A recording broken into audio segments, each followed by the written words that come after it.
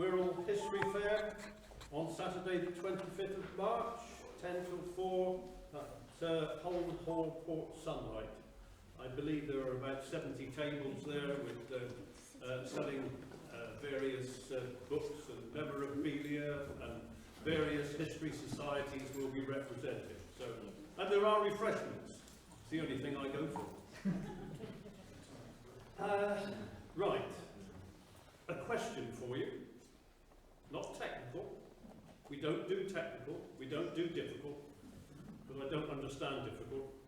But we have booked speakers from August this year, right the way through until May next year. That's the easy bit. Well, it wasn't, but it's been done. What I wanted to know was, as the January meeting will normally fall on the first Friday of the month, it happens to fall within the Christmas period, which is January the 5th. Do you want to go ahead with that, or would you prefer a month off? Go ahead. That's the hardest question. Not difficult. Show of hands. Those who want to go ahead. Chairman. Show. And all right. Well, we needn't bother with the others. Fine. Okay. Thank you. That was easy. I'll try that again next month. Chairman. See if you've got the lottery numbers. Chairman, may I say, I'm Secretary of the Business Community Group, and we had one on the 3rd of January, and only 2 people turned up. It was too close to Christmas. 2/3 of the people who said they were going to come, I've noted the names of every one of them. Okay. And if they don't turn up, they're in trouble. That's easy. There's a fine involved. Right. I'm not certain if you know or not, but there's an extra meeting. We're not trying to make up for missed meetings during COVID, but the Ysgol Acastell did a project which Chris and Julie and 1 or 2 others were involved in, about evacuees in Rhuddlan in World War II. So in June, we're having an extra meeting. It will be here, first Friday of the month, and it will be about the evacuations in Rhuddlan in World War II. So you've had prior notice of that. There's no excuse not to be here.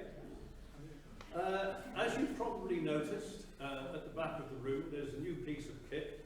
It's got a fancy name, all-in-one PC desktop digital touch screen. I said that slowly because I can't read that fast. But what it's done, what Ashley has done, he's digitalised a lot of the photographs, or all of the photographs, and they're all on that touch screen. So if you haven't had a look, if you haven't had a demonstration, Ashley will willingly demonstrate after the Julie presentation. Come to you. I've no fear. Right. I think, yeah, we are coming to you. So our speaker tonight, she's a tortuous journey, 100 yards up the road, struggled here with all her equipment. And I think between us, we've got a presentation of her talk tonight. We got confused last month because we've been talking about 2023 and 2024. That was in my long list of speakers that I mentioned at the beginning, if you were listening. So, as I said, she's made that tortuous journey, 100 yards down the road. So it's Julie Grier, and the title of her talk tonight is A Blue Plaque for Rhuddlan, the Life of a Victorian Writer. Over to you. Thank you. Warm welcome.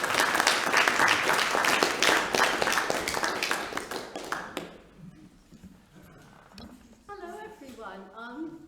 I don't know what you can. Is that all right for everyone with the lights? Sorry? Okay for you. That's fine for me. So hello everyone, and it's lovely to see so many of you come out on a cold Friday night. So I hope that you enjoy this talk. It's entitled A Blue Plaque for Rhuddlan, The Life of a Victorian Writer. And before I go any further, can everyone hear me? Yes, and if you can't hear me at all, please let me know, because there's a microphone here. But I've never used a microphone before, so I'm a bit fearful of it, but I will use it if you can't hear me. So I'm going to introduce you tonight to a gentleman that I've become a little bit obsessed with. And in fact, over lockdown, I think I spent more time with this gentleman than I did with my other half over there.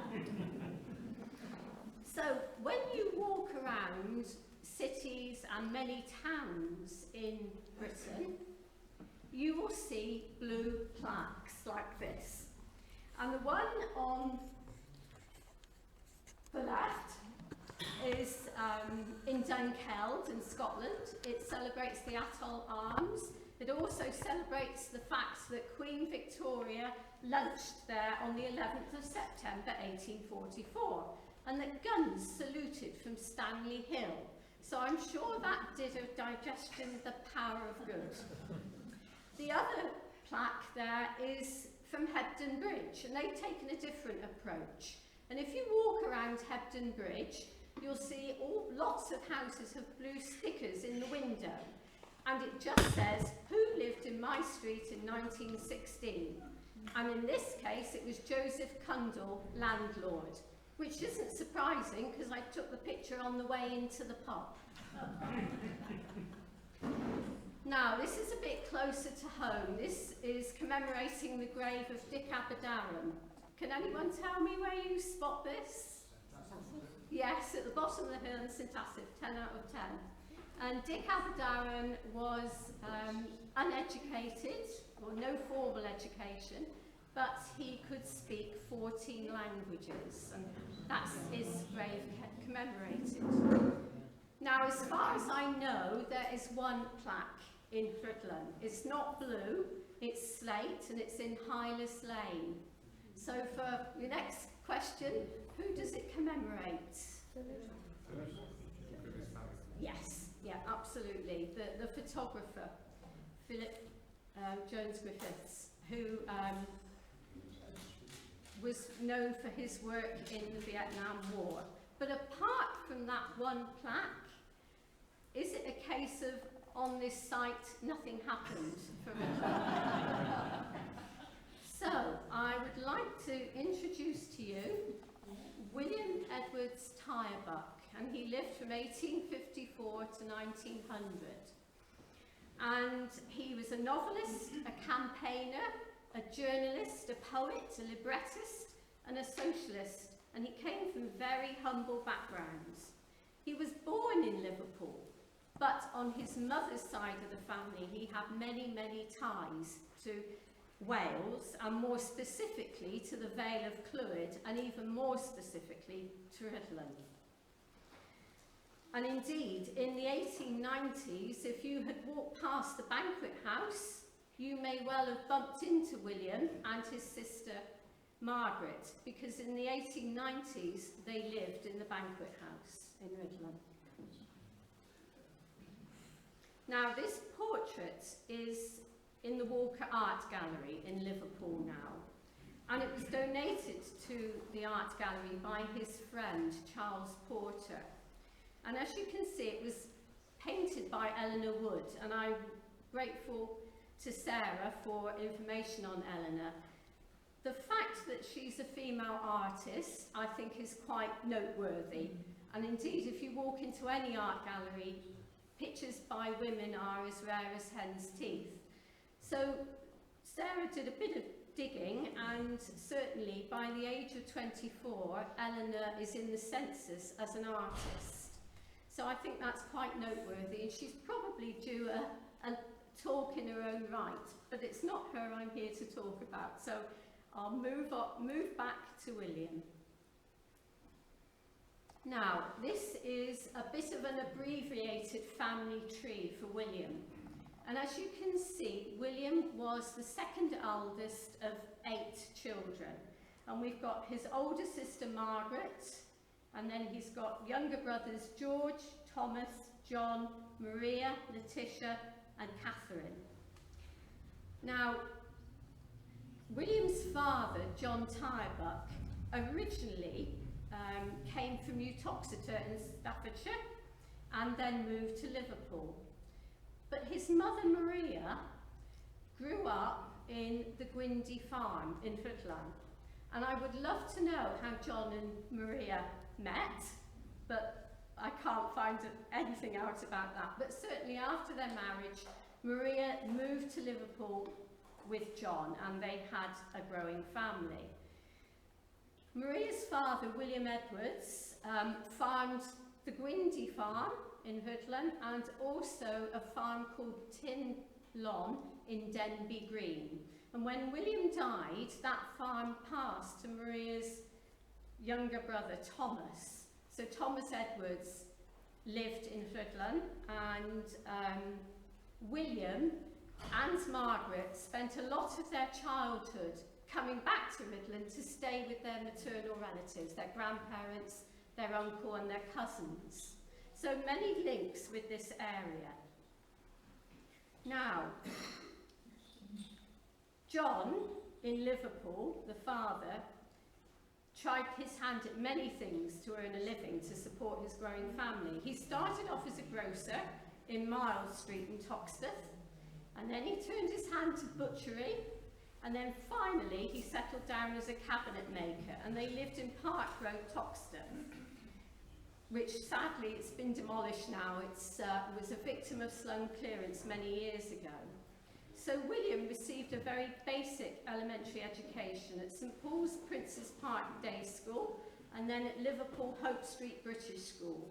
And years later he was interviewed for the local press in Liverpool, and William said, "For my schoolfellows I had such congenial companions as Hall Caine, the Reverend William Pierce, and Mr. Robert Leighton, the author of many boys' romances and tales. My schoolmaster was Mr. George Gill, now head of the well-known publishing firm of Paternoster Row." And indeed, his friend Andrew Lang described William's early boyhood as a history odder and livelier than the adventures of Charles Dickens' childhood. And indeed it was. So just to fill out a bit more about the family, of the children, William's younger brother Thomas started working with his father in a cabinet making business, which was on Back Colquitt Street, before he entered the Anglican ministry and carried on to gain a BA at Durham University. So he did very well, and he ended up as the vicar of St John's Chapel in Derrett End, Birmingham. And you can see on the right-hand side that William dedicated his book, Miss Grace of All Souls, to Thomas Tyrebuck, his brother. So that was one brother. Another brother, younger brother, John,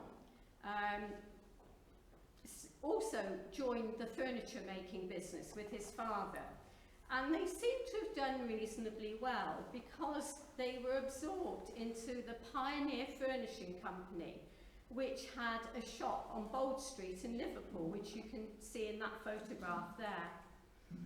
And the Pioneer Furnishing Company, if you've got any old pieces of cottage-style furniture, just turn it over because they always put their label on, as you can see in the other photo. In turn, the Pioneer Furnishing Company was taken over by Waring and Gillows, which I think is still going, isn't it? Yeah? So John did quite well. He stayed in Liverpool, he became a businessman, and he was fairly well known in Freemasonry circles, so he stayed put. Of the other siblings, it seems that his younger brother George went to America. His sister Catherine seems to have worked in the mum's shop and then also as a seamstress. And his younger sisters Maria and Letitia, I think, both married.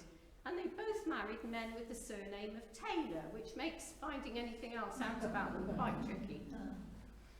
So this is the Edwards family grave in St Mary's Churchyard, and you can see the flyover in the background.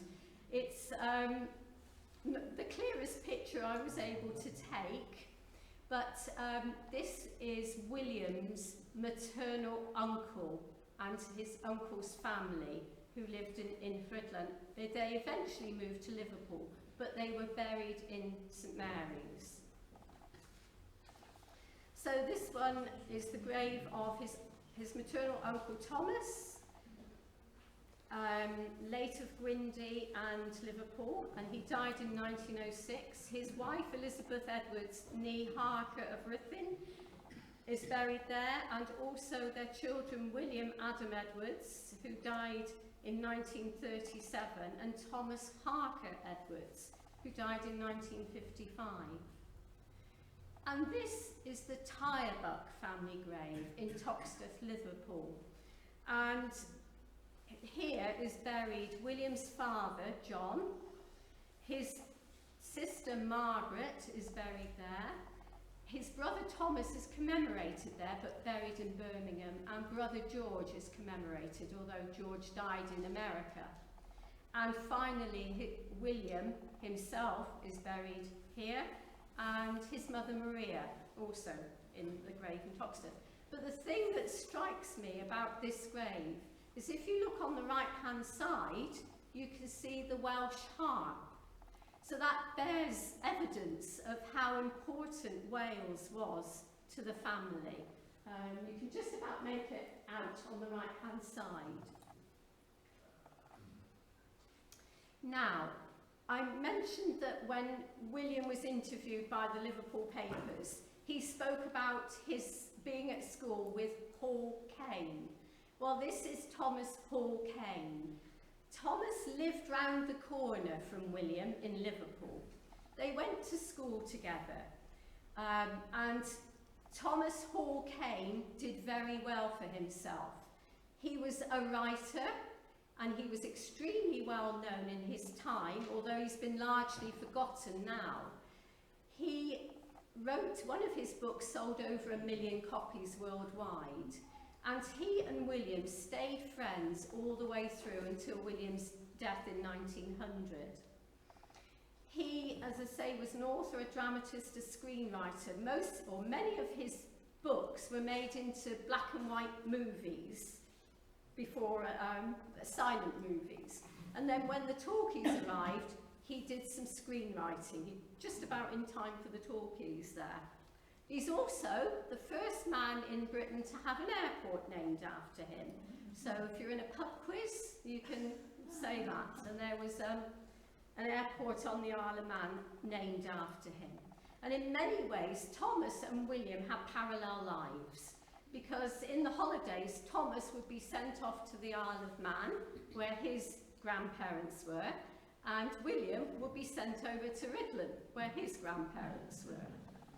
But the reason that we know, that's a poster for one of Hall Caine's plays, and William reminisced about saving up his money to pay for the rail fare from Liverpool to London to be there for the opening night of his friend's first play, but then not having any money to stay there. So they were close friends. Now, the reason we know as much as we do about William Edwards Tyrebuck is because of Hall Caine. And you can see this was William's final book, Twixt God and Mammon, and it was published in 1903, so 3 years after William had died. And it was Thomas Hall Caine that put the book together, edited it, saw it through publication, and he wrote a memoir of William Edwards Tyrebuck as a preface. So I'm just going to read a bit, and these are Hall Caine's words. So he writes in this book, "I knew Mr. Tyrebuck from his earliest boyhood to the day of his death. It is difficult for me to remember a time when we were not friends as close as brothers. William was born in Liverpool in 1854. His parents, like my own, were in humble circumstances, and he was educated at an elementary school. I suppose it was there I first met him. My earliest recollections are a stiff-set little chap with twinkling eyes, a merry laugh, fond of mimicry, always in mischief, often in disgrace, and frequently going through various forms of punishments. I cannot wrong the truth by pretending that even in our elementary school he distinguished himself as a scholar, and certainly escaped from it at the earliest opportunity. And so it happened that while he was still a child, before indeed he was 12 years of age, he was gone from school and had started in life. How this extraordinary event was permitted to come to pass, I cannot quite say. My recollection is of a newspaper advertisement asking for an office boy, of little Tybuck replying to it in a spirit of mischief, of his being utterly flabbergasted by receiving a favourable reply, and then of parental scoldings, parental protests, parental threats, followed by parental submission. The public opinion he left behind him among the boys who were doomed to remain for 2, 3 and 4 years longer at school was, I remember, a mixed quantity, compounded chiefly of envy and admiration, which rose to fever pitch when somebody reported they had met the office boy going to his office in the morning with his lunch in a brown paper parcel under his arm. So, William was born in Liverpool, 1854. He attended the British School, Hope Street, so he would have had a non-conformist education there. And you can see he wasn't there for long, and by the age of 11, he leaves school. His first post was as Assistant Secretary to the Liverpool Cotton Brokers Association, glorified office boy. But he didn't like it, he was bored, and he soon moved on. So his next post was for a merchant, a Liverpool merchant, who was trading in Peruvian guano and Australian honey. So it's quite a mixture. But the merchant defaulted on his debts, and Tybuck was without a job again quite quickly.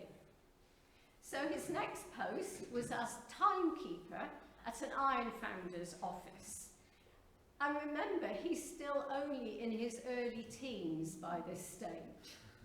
He was up at the crack of dawn to clock the men in, and he also got drawn into helping man the bellows and lift iron around. And it really was quite a difficult and challenging job for him. Now at this stage, William and Thomas get reacquainted. They meet up with each other.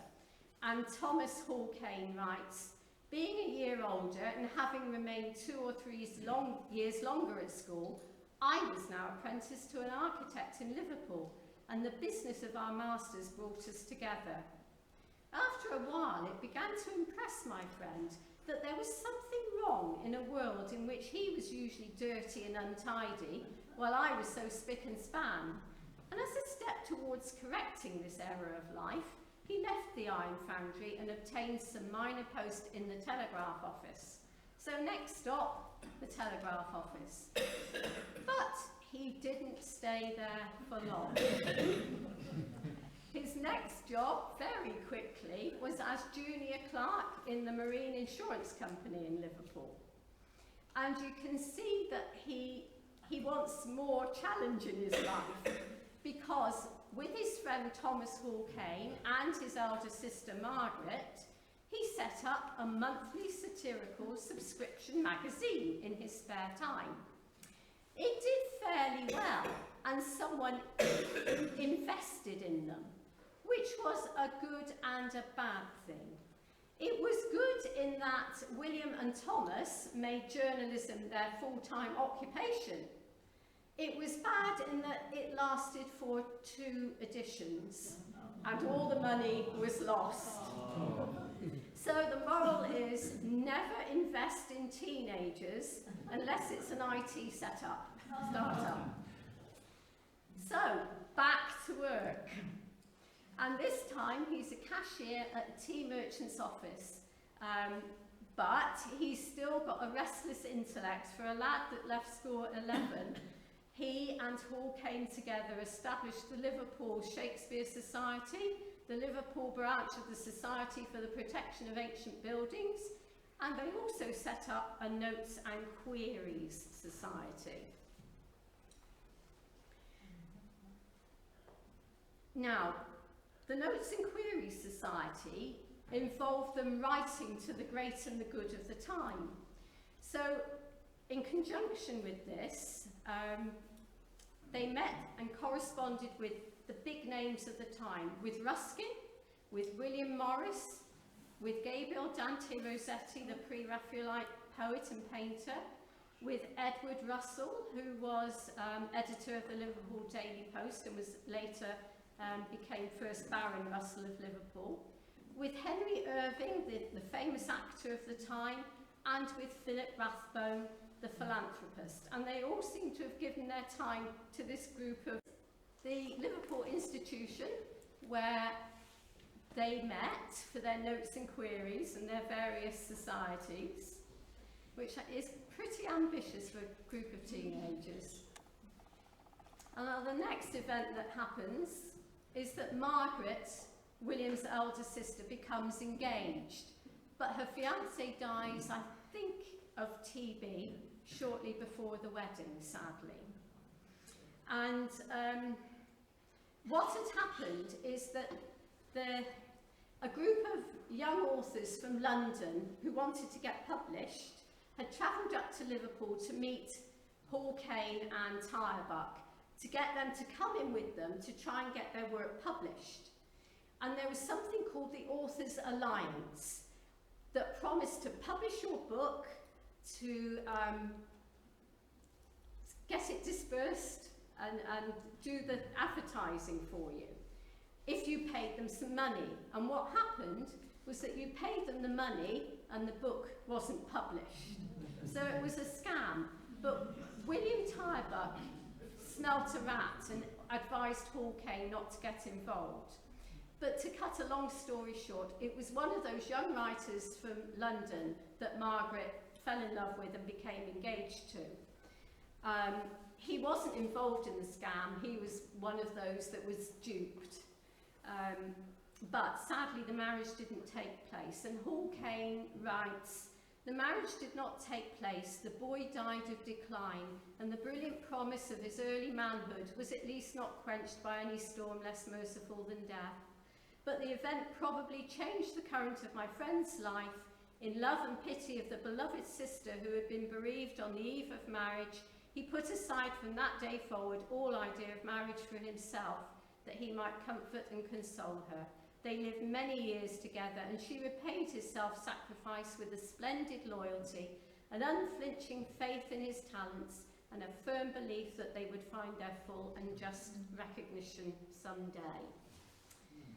So, that's jumping ahead somewhat. In the meantime, back to William. He, all through his time with the tea merchants, he's writing articles for the local papers, for monthly journals, usually to do with art criticism, and he's getting his name out there, he's getting published, and the next logical step is that he becomes a full-time journalist, and indeed he was with the Yorkshire Post for 6 years. But by 1888, he'd had enough of journalism and he wanted to try his hand at full-time writing.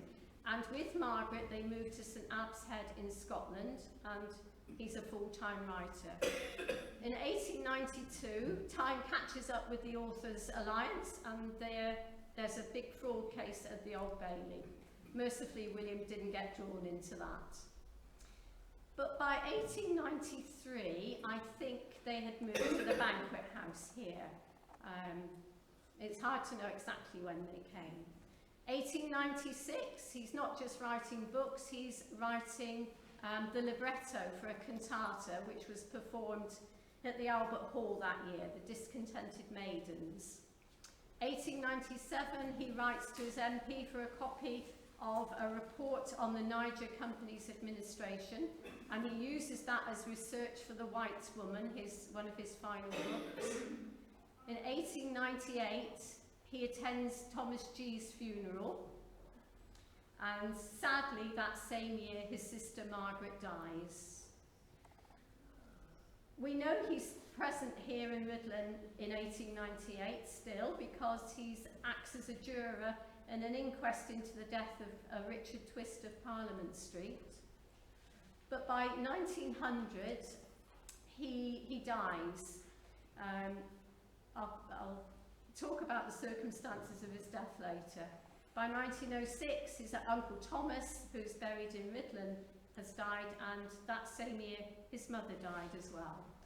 So, this is just a list of the published works from William Tyrebuck, and you can see that up until 1888, his books are to do with biographies of artists or collections of poems of other artists that he's other poets that he's put together.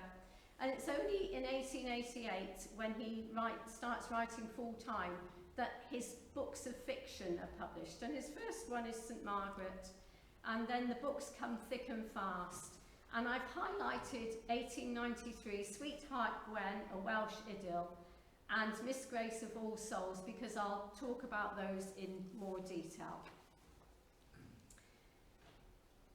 And obviously his final book was published after he had died. So just before I talk about those books, this is a man called William Pater. And William Pater had an extremely different background to Tyrebuck. He was highly educated. He was the son of a doctor. He gained a scholarship at Oxford. He was an academic, art and literary critic. But he never wrote about the language and meaning of flowers in Rossetti's paintings. But there have been many academic theses and books about it. The quote that is misattributed to William Pater was written by Tyrebuck. Tyrebuck was very clever. In 1882, which is the year that Rossetti died, he got a book out, the first biography of Rossetti. And he even beat his friend Hall Caine to press. And Hall Caine was living with Rossetti at the time. And it's in that book that Tyrebuck talks about, you know, the meaning of flowers to Rossetti. All Rossetti's paintings seem to have flowers in. And to the uninitiated, the flower speaks parables. To the ignorant, the many, it is an obtrusive enigma.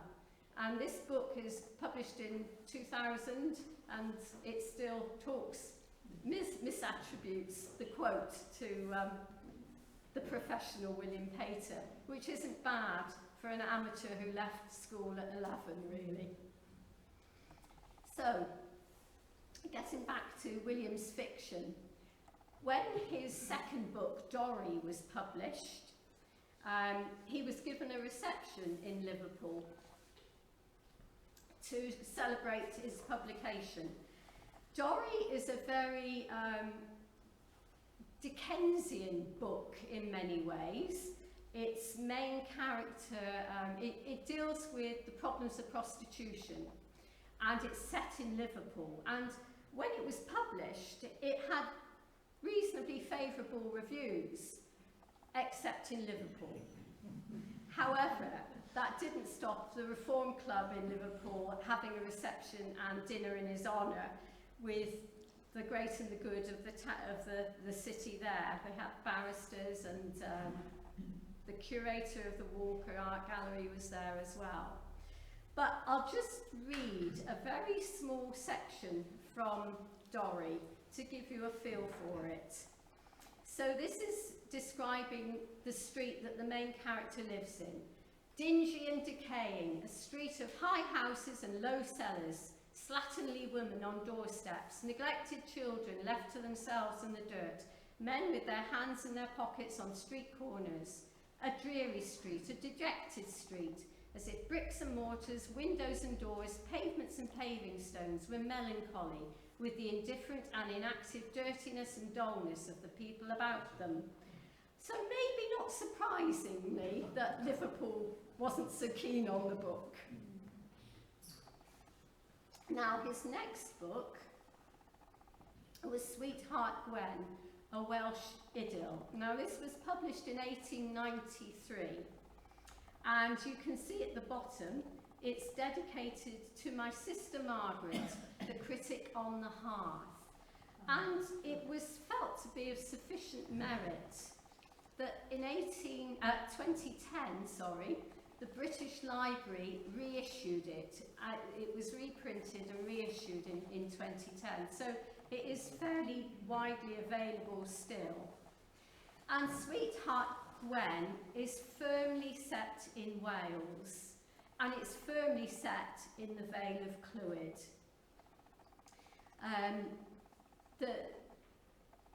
The book, the main character in the book is a small boy who grows up. He's called Mark, and he has a crush on his cousin Gwen. And I think for Mark, you can read William, and I think he gives a description of the Vale of Clwyd throughout this book, and the book is peppered with Welsh words, Welsh sentences, very firmly based here. So I will read just the opening to start with, and I think for Bryn Nant you can read Gwyndy. So the book starts, when Mark was about 5, he was sent from Liverpool to his grandmother's farm, Bryn Nant, in the verdant Vale of Clwyd in North Wales. He arrived at the Forrid, the landing place for passengers, by the Rhuddlan Packet at night, and was transferred to the enthusiastic care of his bonny Auntie Bet. There was a springless cart in waiting, and in view of the 5 miles of uneven roads, for Mark's comfort, the old cart was upholstered with straw, sacks, and his Auntie Bet. So that's the road from Rhyl to Rhuddlan. Potholes then, potholes now. He goes on to say, the transition from the road to the farmyard was like passing from dusk into night, and yet out of the night came the sweet smell of a shippen, occasional wafts of smoke from a wood fire, and the friendly bark of a dog. 2 dimly lit windows became visible, then an open door gaped with light on the darkness, and a tall old woman with a head in a shawl came out of the doorway and stood in the dark with the erratic flash of a lantern. 9 and Mark passed from the chilly darkness into the warmth of a small kitchen where a little table was laid with milk and dark bread and butter, opposite an open fireplace. The wood fire flared a brightness along the rafters of the whitewashed ceiling, where sage and other herbs, old horseshoes and bits, reserves of bacon, and even 9 Sunday boots were hung. Now, if that's not a memory of his visit to his Nine's house in Rhuddlan in the 1860s, I don't know what is. There is some humour in the book. Gwen is in love with a lad called Ewan, who sadly dies of TB. Now, I think that must mirror Margaret's experience. But in turn, Gwen is pursued by Elias, a local farmer. However, as boys across the years have done, Elias comes to the house at night and throws pebbles up at the window, but he gets the wrong window. And the woman whose window he taps on lets him into the house. When Gwen, the heroine of the story, finds out, he is unceremoniously kicked out the front door. So he comes in through the bedroom window, but he's kicked out through the front door. And news of this gets about. If one hostel in Denbigh had the story in a more intensified degree of hilarity than another, it was the Hawk and Buckle in the High Street. For all the characters of the tragic comedy usually made that their place of call, either for the midday market dinner or before starting for home. There were indications of this intense hilarity at the Hawk and Buckle during the midday dinner, at which about 20 hearty people of both sexes sat at a long table under the chairmanship of the host, and as it happened, the vice-chairmanship of Elias himself. Gwen was not there, but she heard that Elias was so taunted and joked up the table, down the table and across the table that before all the guests were served, Elias stuck his fork into a leg of mutton, threw the knife into the dish, snatched up his hat and walked out of the room like a war horse. Farmer laughed with farmer and wife with wife. The long room rippled with reiterated Welsh, and there was an immediate call for the dinner beer. The incident found its way up the high street, into the market, and from there to the bar parlour of every hostel, and poor Elias was the subject of renewed banter. So, never want to be the gossip of Denby. So, moving on, this letter is written by Tyrebuck in 1893, and it's hard to read it from there, I know, but he, bear with me. The thing that really interests me about the letter is the address. So we know that in June 1893, Tyrebuck's in the area, because the address he gives is the Nest, Prestatyn, North Wales. So I guess there were not so many houses in Prestatyn in 1893. And if anyone knows where the Nest is, I'd love to find it. I haven't found it yet. But this is just a letter written to Edward Russell, who was editor of the Liverpool Post, who has just been knighted, and it's basically congratulating Edward on his knighthood. But it's evidence that by 1893 he was in this area. Now that's significant because Tyrebuck drew on his own experience and was very observant of the world around him for his inspiration. So in October 1893, the big thing that's happening in North Wales at that time is the national coal strike. And it's this that gives him grist to the mill for his next book. Now, this is an article about the coal strike from the Carnarvon and Denby Herald in October 1893. And the significant bit, I'll read it out to you, not all of it, but it says that there's a meeting of colliers at Wrexham. And it says that we, the miners of North Wales, deeply regret the disposition of the Federated Coal Owners in still demanding a reduction of what we consider a barely honest living wage. Now, the coal owners have got together and they wanted to reduce the pay by 25%. And seeing that some coal owners, they go on to say, are giving advances and others are conceding the old rate of wages, and that the assumed reasonable ground for such a demand by the owners is absolutely removed, we are still of the opinion that no such reduction is warrantable, and that the way is perfectly clear for work to be resumed at the old rate of wage. And it goes on to say in the article, the same afternoon a meeting of the North Wales Coal Owners Association was held, when it was resolved to put up pit-head notices at all the North Wales collieries today, intimating that the men can return to work on Monday morning next at a reduction of 15% out of the 40% advanced in 1888. So he is here at this time and he sees the effect that the strikes have. And his next book, you can hear his anger. So he goes on to write what I think is his best book, Miss Grace of All Souls. Now, Miss Grace of All Souls isn't set in Wales, but one of the main characters is Welsh. And when the strike happens, he comes on a fundraising tour of the Vale of Clwyd. Him and his friends sing from Prestatyn to Rhuddlan to Cwm, and they go around collecting for the strike fund in England. So whatever book he writes, he gets the Vale of Clwyd in. One of his final books is about Africa, and he still writes about the Vale of Clwyd when he's writing about Africa. But back to Miss Grace of All Souls. In this book, the vicar's daughter, Miss Grace, falls for a coal miner. So this is obviously not on because they're of different classes, and it's the beginning, it's his way into talking about the conditions for the miners, really.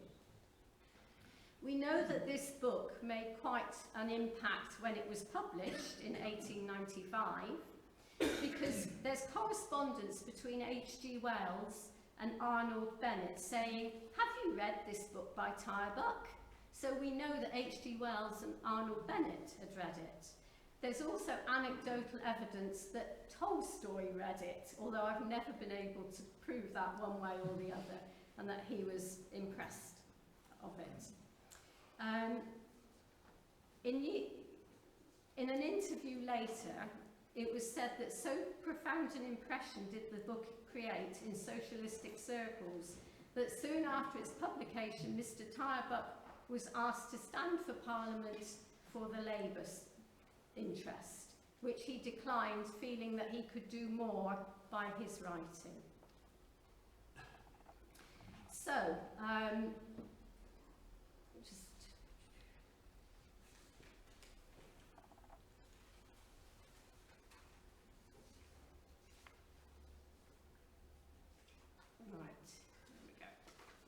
so the book is set in England. As I say, one of the main characters is Welsh. And in the book there is a mining accident and sections of the pit floods. But because the price of coal is dropping, the mine owner is in no rush to make it good.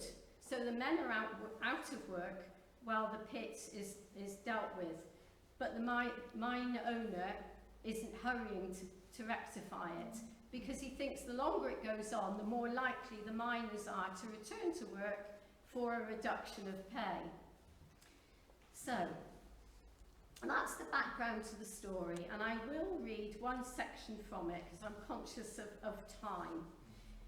It's very reminiscent of The Ragged-Trousered Philanthropist by Robert Tressel, but it predates that by several years. So, this is a scene where the vicar has just received through the post notification that as a shareholder of Basildon Mill, he's got what his dividend is.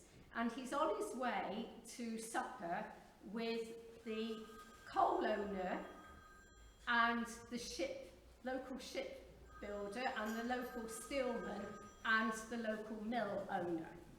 So it starts off that the vicar had received official intimation that the directors of the Basildon Mill Company Limited had the pleasure of informing the shareholders that they would be able to declare a dividend of 7%, a simple fact which made the grass greener, the daisies whiter, the pasturing sheep more lovable, and the birds more buoyant to the Vicar of All Souls. And so he goes on to his supper appointment. And when the vicar was shown into the library at Beckerton Old Hall, Mr. Peter Brookster, JP XMP, head of the firm of Messrs. Brooksters and Son, received him with even more than his customary cordiality. And their two hands met in a grasp which on each side had the friendly pressure increased by just 7%, for Mr. Brookster was a shareholder as well.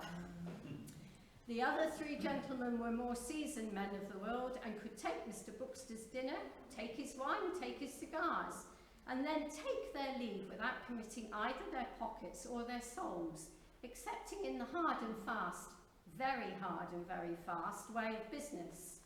And this interpreted meant coal by 100,000 and 200,000 tonnes cheaper from the Brooksters' collieries than it could be got anywhere else. They had directors' fees, company profits and shareholders' dividends to consider. They bought in the cheapest markets, dinners notwithstanding.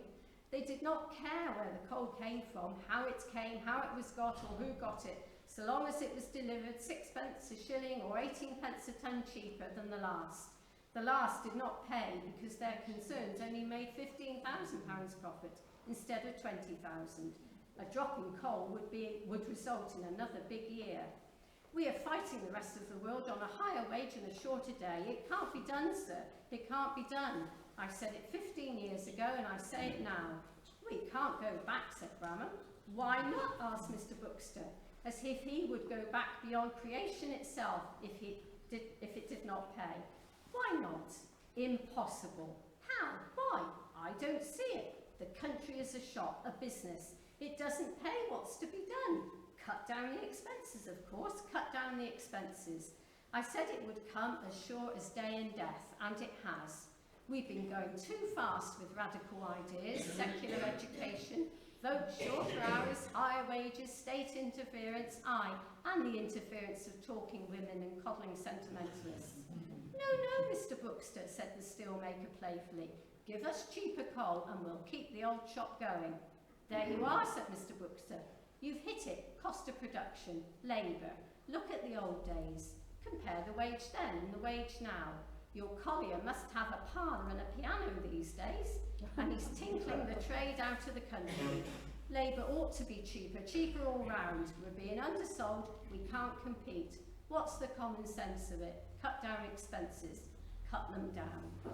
So I think you can hear Tyrebuck's anger from what he's witnessed, I think, from that coal strike of 1893.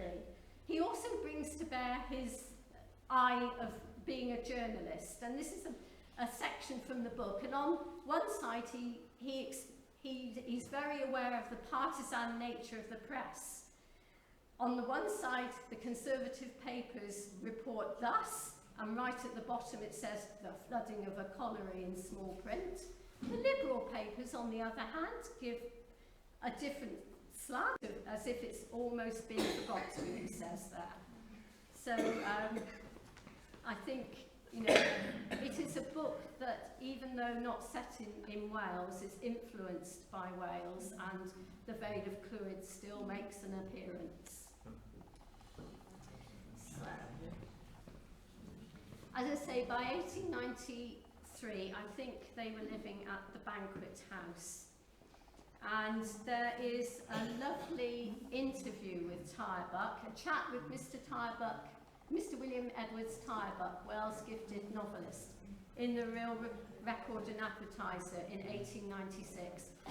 And I won't read any of it out, and I know you're straining to read it, but it is lovely in that, it talks about looking out through the study window at the banqueting house, the exquisite panorama of nature, and it talks about how the banquet house looks inside, what paintings are on the walls. So it's interesting for local people for that alone. By 1897, he's still campaigning, and this is a letter signed by British authors in support of the Cretan Rebellion. The Cretan population rose up against the Ottoman Turkish rule, and this letter is in support of the uprising, and it's signed by Edward Tyrebuck, William Edwards Tyrebuck. Also it's signed by Hall Caine, and it's also signed by H.G. Wells, although they call him Wills. I'm sure it's H.G. Wells. So he's obviously well known in literary circles, and he's campaigning there. But moving on, by 1898, Margaret, the elder sister, dies, and he'd been living in the banquet house with Margaret. And very poignantly, one of his final books that he saw through to publication, he dedicates to Margaret. And this time it says to Margaret, no longer the critic on the hearth. So they were very close. And then in 1900, William Tyrebuck himself dies. And what had happened is that he'd gone back to Liverpool to deliver a lecture to the Old Boys Society of the British School there, that he'd been a lad in to the age of 11. And his brother John was going with him, but both John and William contracted flu. John recovered, but William didn't, and it led on to pneumonia, and he died. And also there seemed to be a feeling that he hadn't really looked after himself properly since the death of Margaret. Hall Caine had been a friend of William all the way through. There is a letter from Hall Caine when Margaret dies, and he writes to William at that time, "When my memory goes back to the days when she was a girl and we were boys, I feel that your loss is in a measure mine also, and that a part of my own life and of myself has gone with her. I think she was the first of my girl friends, and in that way I have thought often of her, and I think it would be hard for me to realise how much influence for good her brave and loyal nature exercised on all of us." So they were all very close, and sadly, this is a report of the death of William's mother in Liverpool, and it's interesting for the list of mourners. One of the mourners is Charles Porter, and it was Charles Porter that donated the portrait of Tyrebuck to the Walker Art Gallery. So he gets a mention. The Old Boys Society of the British School are represented at his mother's funeral as well, as are the children, the remaining children. So, William Edwards Tyrebuck, I don't suppose many of you, if any of you, had heard of him before tonight. He wasn't entirely forgotten. In 2010, as I say, the British Library reissued some of his books. And in the 1970s and 1980s, when there was an increased interest in Labour history, this book appeared. And there is a chapter, it was published in 1987, and there is a chapter on William Edwards Tyrebuck in the book, so not entirely forgotten. So, William Edwards Tyrebuck, these are perhaps just some of the things that we could put on a plaque to him. Journalist, novelist, poet, art critic, essayist, librettist, socialist, and dare I say, tireless promoter of Welsh culture. So that's me for the night.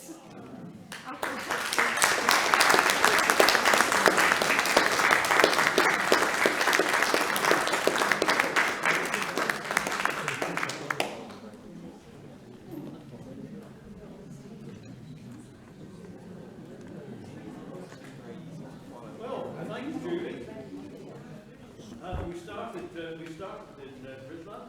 We finished in Rhuddlan, but what? Turn your camera around. Oh.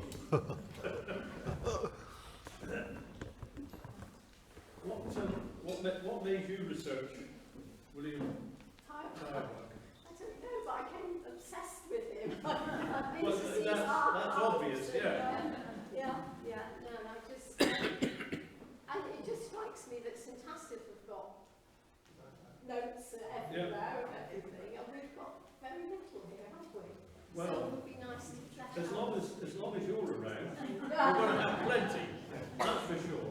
Because you're becoming an annual speaker now, and you come with a different Rhuddlan tale every year, and I'm sure next year will be just as interesting. So thank you very much. But when you listen to what Julie had to say, I mean, it was interesting that you can relate to today. We had scams. We had somebody who left school at 11 and made good, and all of these things are still happening today. But I mean, sadly, it's in the minority, and we don't get to hear very much good news, do we? Many of his books are available on the internet freely. You know, if anyone's interested, I can send the link to Sweetheart Gwen and Miss Grace of All Souls. When you read his work, do bear in mind he is a product of his time. Yeah. And in an age when Roald Dahl offends sensitivities. Don't go there. Don't go there. But remember, you know, he is a product of his time. His heart is in the right place, but it wouldn't pass muster some sentiments in some of the books now. But certainly Miss Grace of All Souls, if you need anything with that one, I would say. I think we're all of an age where we appreciate these things. I mean, I have to smile occasionally. I look at talking pictures Channel 82 on Freeview if you're interested. And, you know, there is that warning about the language that is used, and it is language of the time, and they don't want to cause offence, and dear, oh dear, I don't know. But anyway, moving swiftly on, thank you, Julie. Very interesting indeed. And we look forward to next year. I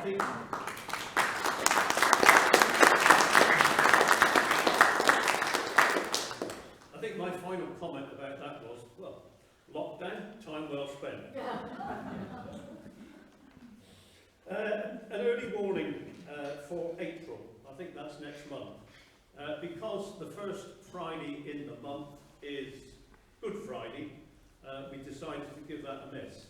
So we're moving on a week, and we're meeting on Friday the 14th of April, not here, but in the Ebenezer, because this is not available. So don't come here. If you do, you might be in a yoga class or something else. And our speaker will be Morgan Ditchburn, and she will be talking about Normans in North Wales. So that's April. Another early warning is that we have an AGM in May. Not that that makes any difference. It's usually the meeting that everybody stays away, and I stand and talk to myself. But you will have seen that we have put out a request for help, an SOS. I know committee is a dirty word, but we could do with a couple of extra committee members. We've lost 3 or 4 over the last 3 or 4 years. It doesn't mean they leave one at a time, but we have lost 3 or 4, but we would like 2 more. So if anybody is interested, come and talk to me, or Sarah, or Hayden, or Steve, or I can't see any other committee members. Oh, Pauline at the back, yes, yes. If there are any others, put your hands up. But I think I've covered them all. Yes. Right, so there we are. We meet on the 3rd Thursday of the month in the afternoon, so you don't have to come out in the dark, and we meet in the library. Now, we're also looking for help for the History Days. It's nothing to do with, really nothing to do with Rhuddlan Town Council, but there was a request for groups within Rhuddlan to participate in the coronation celebrations. Well, we were having a committee meeting in the library, and Matt, the library manager, came in and said that they had a history day, or were planning a history day, because it was History Week or something, and would we do something? So we are doing something. It's every Friday in May. You know, if you're going to do it big time. Don't just do one day, have 3 or 4. And we're going to do various things. We've got the display cases in there, the photographs will be there, that new piece of kit that I told you about will be there, there will be somebody there, or there will be people there showing you how to put together your family tree, and there will be refreshments. So we do need a little bit of help. So if you can give a morning or an afternoon during Fridays in May, we would be very grateful. And then, going towards the end of the year, there is the Christmas Tree Festival in St Mary's Church. Sarah, for the last goodness knows how many years, has been responsible for the History Society tree. But she ain't doing it anymore. She said so. I'm not doing it anymore. Yeah, there we are. There's an echo in the room.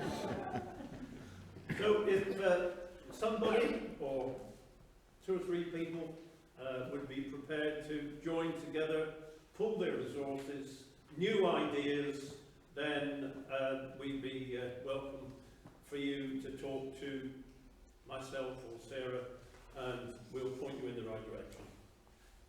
That way.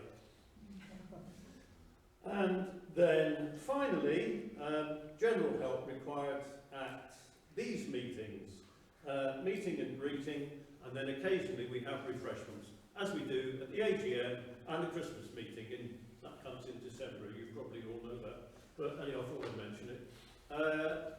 we would like some help with refreshments as well. So there you go. We do need some help. Lock the doors, Sarah. Get the names down. Yeah. You ain't going out tonight. So that's me. Just to say thank you to you all for attending tonight. Thank you to Judy, wherever it's somebody over there. Thank you to Judy once again for that most interesting tire buck lecture. You never know who you've got around you, do you? Until you've got a Judy to tell you. Very interesting. And finally, the bit you've all been waiting for. Aidan. Vast array of, I did get something. Vast array of prizes as always. The yellow tickets, Yellow? You didn't sell me one of those. Not supposed to win, obviously. It's gone round the corner, there's a fiddle going on here. Yellow, 101 to 105. At the back, 1 5 to go.